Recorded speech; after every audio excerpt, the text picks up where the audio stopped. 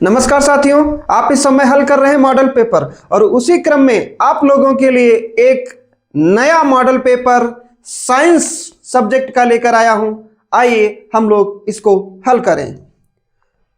पहला प्रश्न, निम्न में से कौन सा पदार्थ लेंस बनाने के लिए प्रयुक्त नहीं किया जाता है? ऐसा कह रहा प्रश्न। निम्नलिखित में से कौन सा पदार्थ लेंस बनाने के लिए प्रयुक्त नहीं किया जाता है, ऐसा पूछ रहा है। ठीक है ना। तो जल तो किया जाता है, कांच किया जाता है, प्लास्टिक भी किया जाता है, मिट्टी का कोई प्रयोग नहीं होता है। किसमें? तो बोले लेंस बनाने में। किसमें? लेंस बनाने में। ठीक है, चौथा विकल्प हमारा सही। अगला देखें। अगला प्रश्न है बच्चों, प्रकाश की किरणें गमन करती हैं, यानी जो प्रकाश होता है उसकी जो किरणें होती हैं वो गमन करती हैं कहां? तो बोला सीधी रेखा में। ठीक है ना, पहला विकल्प हमारा सही है। अगला देखेंगे, यदि आपतन कोण 60 डिग्री का है, कितने का है? 60 डिग्री का है, तो परावर्तन कोण का मान पूछ रहा है, क्या होगा? है ना। तो यदि आपतन का कोण का मान 60 डिग्री है तो परावर्तन कोण का भी मान 60 डिग्री होगा। दूसरा विकल्प सही हो जाएगा। ठीक है ना। अगला प्रश्न देखिए। अगला प्रश्न कहता है पानी होगा यहां पे। पानी में अंशतः डूबी हुई पेंसिल टेढ़ी प्रतीत होती है, ऐसा क्यों? अंशतः का मतलब बच्चों होता है पूरी पेंसिल नहीं, कुछ पेंसिल, है ना। टेढ़ी मतलब उसको जब डुबो थोड़ा सा टेढ़ी दिखाई पड़ती है, तो ये प्रश्न कह रहा है ऐसा क्यों, है ना।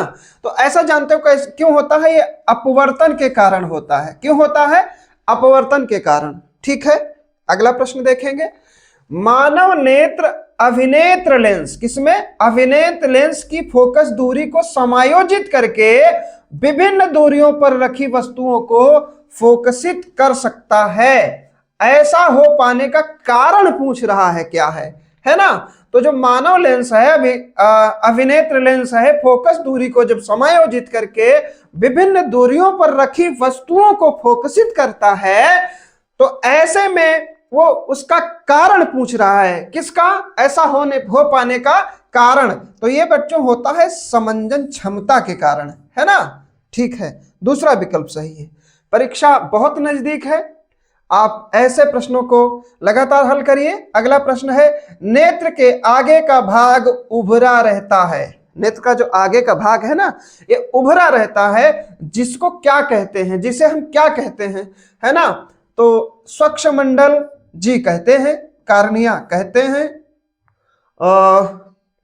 तो देखिए हम बताएं आपको, नेत्र के आगे का भाग जो उभरा रहता है ना, उसको याद रखना, स्वच्छमंडल और कार्निया दोनों सही है, इसलिए हमारा विकल्प ये वाला सही हो जाएगा, दोनों, है ना। ठीक है, चलो भाई अगला प्रश्न देखिए। नेत्र गोलक के लंबा हो जाने से कौन सी दृष्टि दोष उत्पन्न होता है?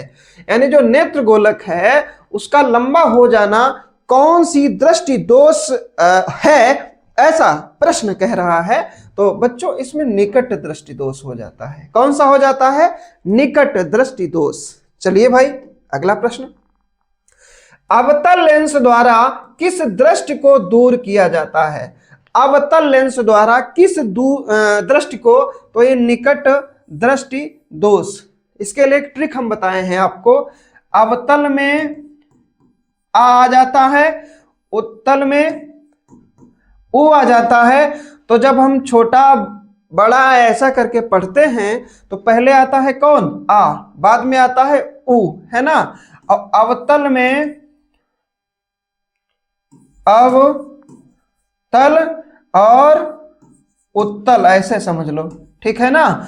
उसके बाद में फिर है निकट और उसके बाद में है दूर। तो निकट पहले कौन हो जाएगा? जो पहले आएगा, है ना, निकट, और ये हो जाएगा दूर। ये ट्रिक है। आ पहले आ गया, निकट पहले आ जाएगा, उत्तल बाद में आया, दूर बाद में आएगा, इसको भूलना नहीं है। तो अवतल लेंस द्वारा किस दृष्टि को? तो अवतल पहले आ गया इसलिए निकट, है ना। चलो भाई अगला प्रश्न। प्रश्न कैसे लग रहे हैं जरूर बताइएगा कमेंट में। फ्यूज को विद्युत युक्त के साथ किस क्रम में समायोजित किया जाता है? जो फ्यूज होता है, फ्यूज है ना, उसको किस क्रम में समायोजित किया जाता है जानते हो? इस श्रेणी क्रम में रहता है। जो फ्यूज लगाया जाता है विद्युत क्रम में, उसको जो है श्रेणी क्रम में कहा जाता है। ठीक है, अगला प्रश्न देखिए, निम्न में से कौन सा संक्षारण का उदाहरण है? यानी जो संक्षारण होता है उसका उदाहरण पूछा जा रहा है। तो लोहे की वस्तु में जंग लगना है, चांदी का काला होना, भाई बात तो ये भी सही है, ये भी सही है। तांबे की वस्तु का हरा हो जाना, ये भी सही है। इसका मतलब उपर्युक्त सभी, उत्तर आपका डी हो जाएगा।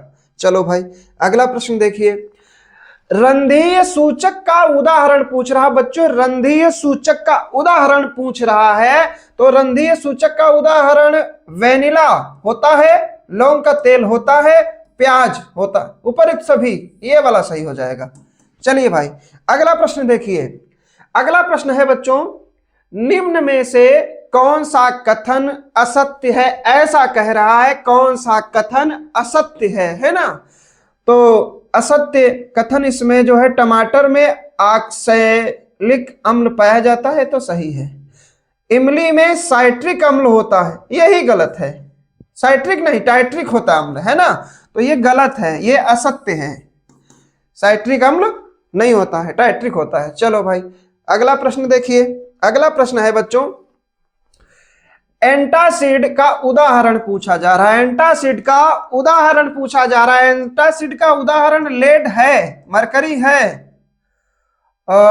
एंटासिड का उदाहरण लेड, मरकरी, सॉरी, इसमें जो कह रहा है उदाहरण पूछ रहा है पूछ रहा है, नहीं नहीं है पूछ रहा है, तो ये तो नहीं है, मरकरी भी नहीं, दो नहीं, इनमें से कोई नहीं, ये वाला सही होगा।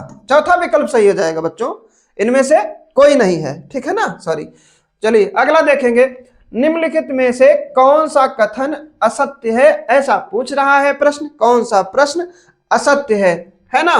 तो इसमें जो प्रश्न है, आयोडीन चमकीला अधातु है, हीरा सबसे कठोर पदार्थ है, कैल्शियम और सोडियम कम हो, कुछ देखिए, ग्रेफाइट विद्युत का कुचालक है, यही असत्य है।